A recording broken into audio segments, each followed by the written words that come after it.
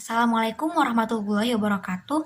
Halo teman-teman semua, perkenalkan kami dari Biologi terutama kelompok 3 dengan beranggotakan saya sendiri, Lisya Triinsani, dan rekan saya yaitu ada Amalia Febriana, Cecep Malis Maulana, Rahma Alfaina, dan Natasha Putri. Nah, di sini kami akan mempresentasikan materi mengenai bioteknologi peternakan dengan dosen pengampu yaitu Ibu Dr. Ina Rusdiana Lesmanawati MSI dan Ibu Dede Cahyati Sahrir MPD. Nah, simak videonya ya. Bioteknologi. Bioteknologi adalah bidang penerapan biologis dan teknologi yang menyangkut penerapan praktis organisme hidup atau subselulernya pada industri dan manufaktur serta pengelolaan lingkungan. Sedangkan bioteknologi peternakan yaitu pemanfaatan proses biologis melalui rekayasa genetik dan rekayasa proses untuk menghasilkan ternak dan produk peternakan yang berkualitas. Lingkup bioteknologi peternakan antara lain 1. Bioteknologi reproduksi dan genetik antara lain pemulihan ternak, inseminasi buatan atau IB, transfer embrio atau TE, kemudian mikromanipulasi embrio yang mencakup rekayasa proses dan rekayasa genetik atau transgenik. Yang kedua, bioteknologi pakan mencakup pakan hijauan, konsentrat, dan probiotik. Kemudian yang ketiga, bioteknologi kesehatan hewan meliputi vaksin, sera, diagnostik, antibiotik, dan hormon. Yang keempat, bioteknologi produk-produk ternak meliputi pengolahan susu, daging, kulit, dan teknologi proses. Nah, di sini ada 5 contoh bioteknologi peternakan. Yang pertama yaitu ada teknologi transplantasi nukleus atau teknologi cloning. Nah, teknologi yang digunakan untuk mendapatkan hasil individu duplikasi atau mirip dengan induknya. Teknologi cloning sudah berhasil dilakukan pada beberapa spesies hewan. Salah satu contoh adalah pengkloningan domba yang dikenal sebagai domba Dolly. Bisa dilihat gambarnya di PPT. Kemudian yang kedua ada teknik inseminasi buatan. Nah, sperma yang berasal dari ternak jantan yang telah dicairkan dan diproses terlebih dahulu ke dalam saluran alat kelamin betina dengan menggunakan metode dan alat khusus yang disebut insemination gun. Kemudian yang ketiga ada transfer embrio. Nah, transfer embrio ini hampir sama dengan kawin suntik. Jika kawin suntik memfokuskan pada sperma jantan, maka transfer embrio tidak hanya fokus pada potensi sperma jantannya. Yang dioptimalkan transfer embrio ini juga dioptimalkan pada fokus dan potensi pada betinanya, sehingga menghasilkan kualitas yang unggul dan dimanfaatkan secara optimal. Kemudian ada teknologi transgenik. Nah, teknologi transgenik ini dilakukan pada hewan yang telah mengalami rekayasa genetika sehingga dapat dihasilkan hewan dengan sifat yang diharapkan.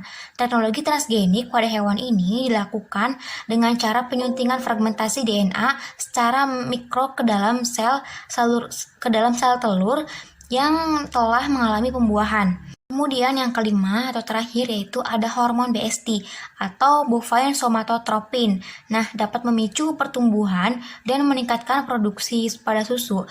Hormon BST ini mengontrol laktasi atau pengeluaran susu sapi dengan meningkatkan jumlah sel-sel di kelenjar susu.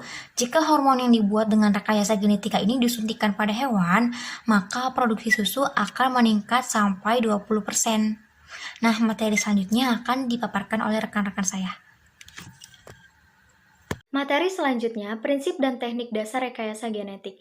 Memodifikasi materi genetik hewan telah banyak dilakukan dengan tujuan memiliki banyak manfaat yang bisa diambil antara lain. Yang pertama, dalam bidang sains kedokteran, hewan yang secara genetika sudah dimodifikasi atau dikenal dengan genetically modified animal atau GMA, seperti pada hewan mencit, dapat digunakan untuk penelitian bagaimana fungsi pada hewan. Di samping itu juga digunakan untuk memahami dan mengembangkan perlakuan pada penyakit baik pada manusia maupun hewan. Yang kedua, pengobatan penyakit. Beberapa penelitian telah menggunakan protein pada manusia untuk mengobati penyakit tertentu dengan cara mentransfer gen manusia ke gen hewan. Contoh hewannya domba atau sapi. Selanjutnya hewan tersebut akan menghasilkan susu yang memiliki protein dari gen manusia. Nah, kemudian protein tersebut digunakan untuk penyembuhan penyakit pada manusia. Yang ketiga, modifikasi hasil produksi hewan. Beberapa negara melakukan rekayasa genetik pada hewan ternak yang diharapkan akan menghasilkan hewan yang cepat pertumbuhannya, kemudian bebas dari penyakit, bahkan menghasilkan protein atau susu yang sangat bermanfaat untuk manusia. Adapun unsur-unsur yang esensial diperlukan dalam cloning DNA. Yang pertama, enzim retraksi atau enzim pemotong DNA. Yang kedua, cloning vektor atau pembawa. Yang ketiga, enzim ligase yang berfungsi menyambung rantai DNA. Adapun proses-proses dasar dalam cloning DNA meliputi pemotongan DNA, yaitu DNA organisme yang diteliti dan DNA vektor. Yang kedua, penyambungan potongan-potongan atau fragmen DNA organisme dengan DNA vektor menggunakan enzim ligase. Yang ketiga, transformasi rekombinan DNA, DNA vektor dan DNA sisipan ke dalam sel bakteri Escherichia coli. Yang keempat, seleksi atau screening untuk mendapatkan klon DNA yang diinginkan. Adapun contoh sapi transgenik. Ternak transgenik dihasilkan dengan injeksi mikrogen ke dalam pronukleus sesaat setelah fertilisasi dan sebelum terjadi pembelahan pertama zigot. Selanjutnya ditanam di dalam rahim induk pengganti. Transgenik adalah seekor ternak yang DNA keturunannya telah ditingkatkan melalui penambahan atau penggantian DNA dari sumber lain melalui rekombinan DNA. Hewan transgenik dapat dijadikan andalan sebagai hewan yang potensial dalam memajukan dunia peternakan. Berawal dari mencit sampai pengembangan ke ternak-ternak seperti domba, sapi, kelinci, dan babi. Produksi sapi transgenik sangat tergantung pada kualitas embrio satu sel yang akan diinjeksi. Bila embrio diperoleh secara in vivo, maka prosedur diawali dengan superovulasi ternak donor untuk mendapatkan banyak embrio. Koleksi zigot atau embrio satu sel, mikroinjeksi DNA pada embrio, kultur embrio sampai fase blastosis, ditransfer pada induk resipien dan diperoleh sapi transgenik. Beberapa hewan transgenik diproduksi untuk mempunyai sifat ekonomis tertentu, misalnya untuk memproduksi susu yang mengandung protein khusus manusia yang dapat membantu dalam perawatan penyakit tertentu. Transgenik mengatasi kekurangan dari praktek pembiakan satwa secara klasik yang membutuhkan waktu lama untuk memodifikasinya dan dapat pula digunakan untuk menghilangkan barrier atau keterbatasan lintas taksonomi. Oke, saya Natasha Putri akan melanjutkan materi dari saudari Rahma Alfaina, yaitu lanjutannya beberapa hewan transgenik diproduksi untuk mempunyai sifat ekonomis tertentu, seperti susu yang mengandung protein khusus manusia yang dapat membantu dalam perawatan penyakit tertentu. Nah, transgenik mengatasi kekurangan dari praktek pembiakan satwa secara klasik yang membutuhkan waktu yang sangat lama untuk modifikasinya dan dapat pula digunakan untuk menghilangkan barrier atau keterbatasan lintas taksonomis. Nah, di samping itu ada gambar. Penjelasan gambar tersebut yaitu merupakan skema produksi sapi transgenik dengan metode mikroinjeksi pronukleus, dapat dilihat pada gambar yang samping itu. Nah, setelah zigot diperoleh dari hasil flusing sapi donor, gen aging yang diinginkan dihasilkan keadaan pronukleus zigot yang telah disentrifugasi. Kultur embrio yang biasa dilakukan dengan menggunakan host sebagai perantara, kemudian ditransfer pada ternak resipien. Identifikasi gen yang diinjeksikan dilakukan pada keturunan ternak transgenik dengan PCR. Dilanjutkan dengan analisa DNA yang berintegrasi untuk mengetahui kemampuan transkripsi dari mRNA dan produksi protein. Produksi sapi-sapi transgenik secara in vitro dapat mereduksi biaya sekitar 50-60% bila dibandingkan dengan aplikasi pemuliaan secara konvensional.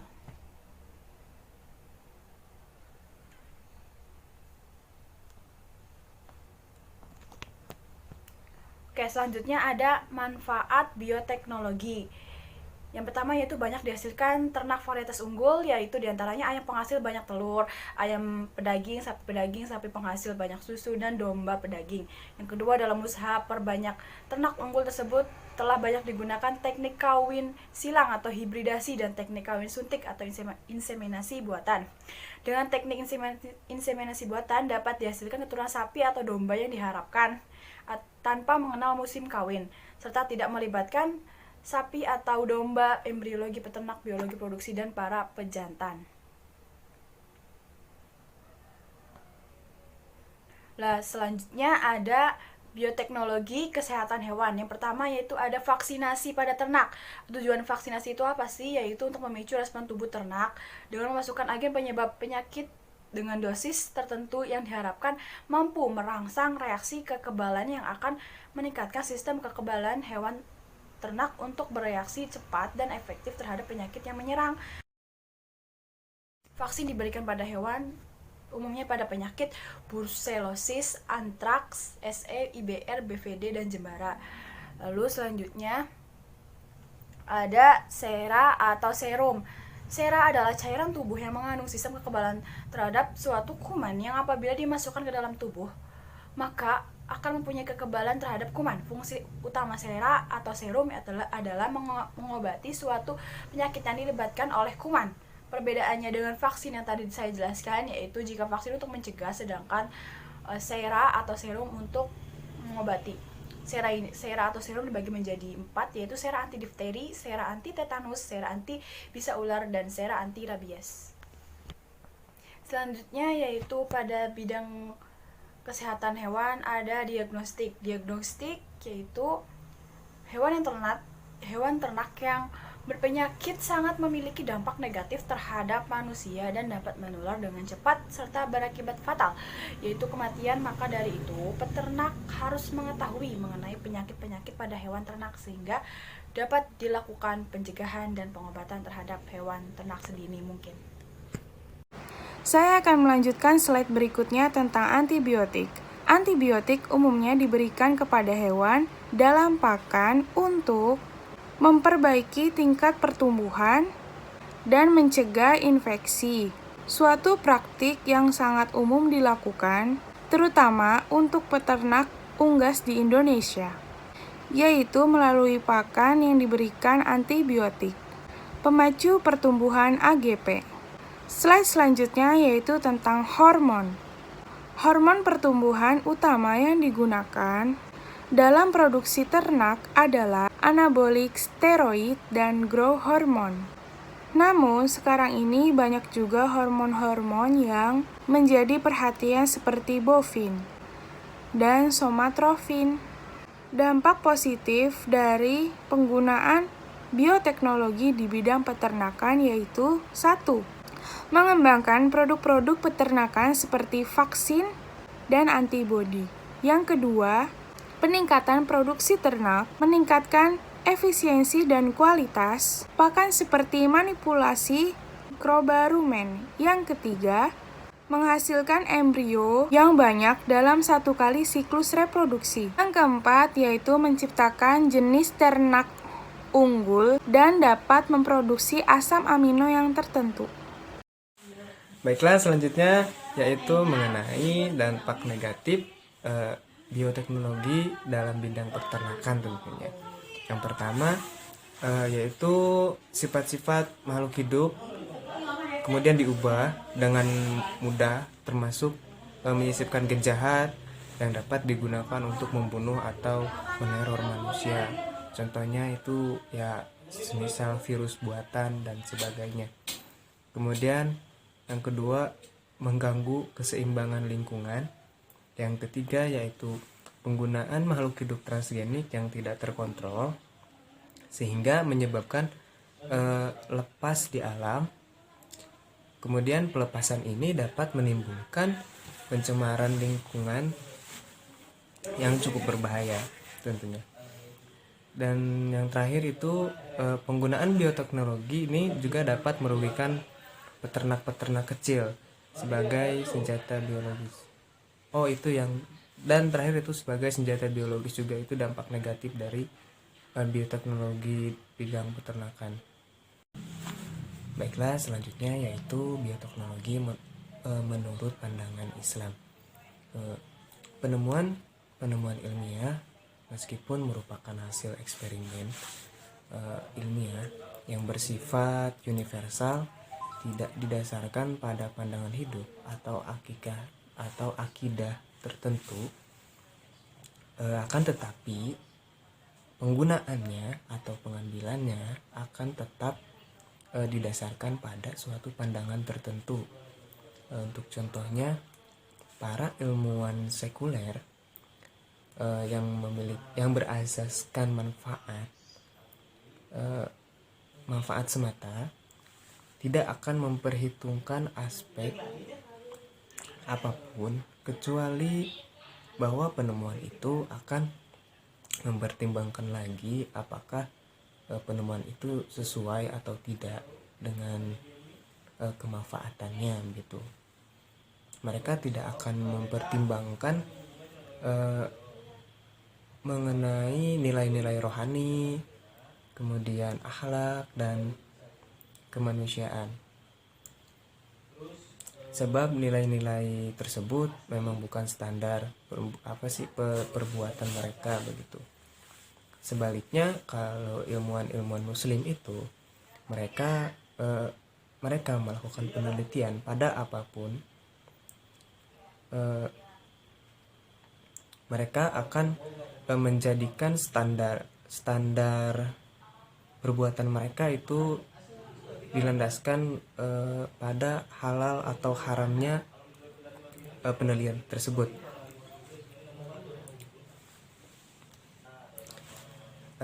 Jadi para ilmuwan muslim itu jika dihalalkan oleh Allah Subhanahu wa taala, mereka akan melakukan penelitian tersebut, dan jika diharamkan ya mereka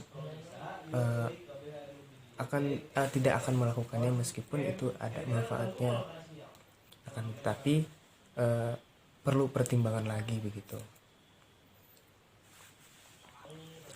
Selanjutnya yaitu bioteknologi dapat bersifat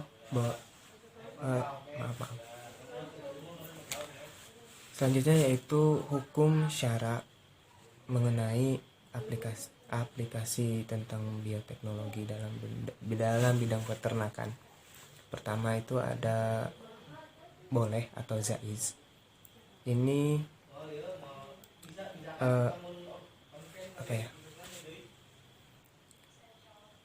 Jadi kenapa dikatakan boleh? Itu karena tidak ada dalil yang mengharamkannya. Jadi sebelum ada dalil yang mengharamkannya itu penelitiannya masih bisa dilakukan. Ini menurut al-aslu fil